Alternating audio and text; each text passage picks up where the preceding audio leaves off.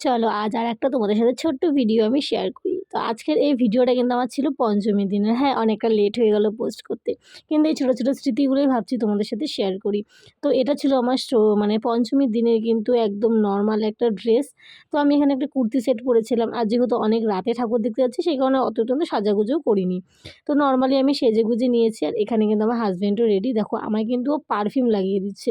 মানে এটা একটা আমাদের আতরের একটা পারফিউম, মানে এটা এইভাবেই লাগাতে হয়। তো যাই হোক ও আমায় লাগিয়ে দিল। তারপর দুজনে মিলে কিন্তু রেডি হয়ে আমরা বেরিয়ে পড়লাম।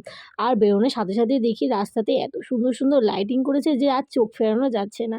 তো লাইটিং দেখতে, দেখতে কিন্তু পুজো মণ্ডপে চলেই আসলাম। আর এসেই সবার ১ম এই যখন দুর্গা মায়ের এই প্রতিমাটা আমরা দেখেছি, আমরা একদম কিন্তু মুগ্ধ হয়ে গেছি। মানে এতটা সুন্দর লাগছিল মাকে দেখতে। মানে কি বলবো, মনে হচ্ছে স্বয়ং মা বোধহয় এখানে বসে আছে। সত্যি প্রতিমাটা এত সুন্দর করে বানিয়েছে আর তার সাথে, সাথে কিন্তু প্যান্ডেলটাও অসাধারণ করেছে। এবছর কিন্তু আমাদের জলপাইগুড়িতে বেশ প্যান্ডেলগুলো সুন্দর করেছে। তার সাথে, সাথে মায়ের প্রতিমাগুলোও কিন্তু সুন্দর করেছে। তো এই প্যান্ডেলটা দেখার সাথে, সাথেই চলে গেলাম আমরা আরেকটা পুজো মণ্ডপে। এখানে এসেই কিন্তু আমাদের দাঁড়াতে হলো সবার ১ম এ লাইনে। তো দেখি এত রাতেও কিন্তু লাইন মোটামুটি এখানে ভালোই আছে।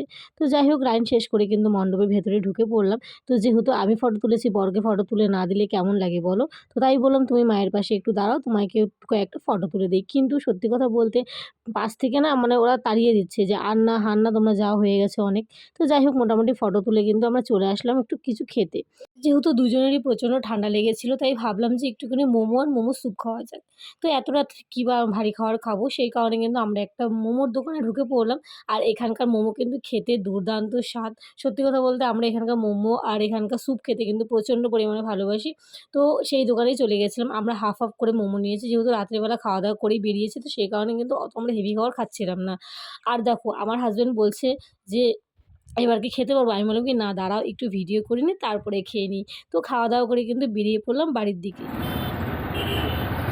আমাদের হলো পুজো দেখা শেষ, এখন আমরা যাচ্ছি বাড়িতে। তো পঞ্চমীটা আমাদের এইভাবেই কাটালাম। তো তোমাদের কেমন লাগলো আজকের এই ব্লগ ভিডিওটা অবশ্যই কমেন্টে জানাবে।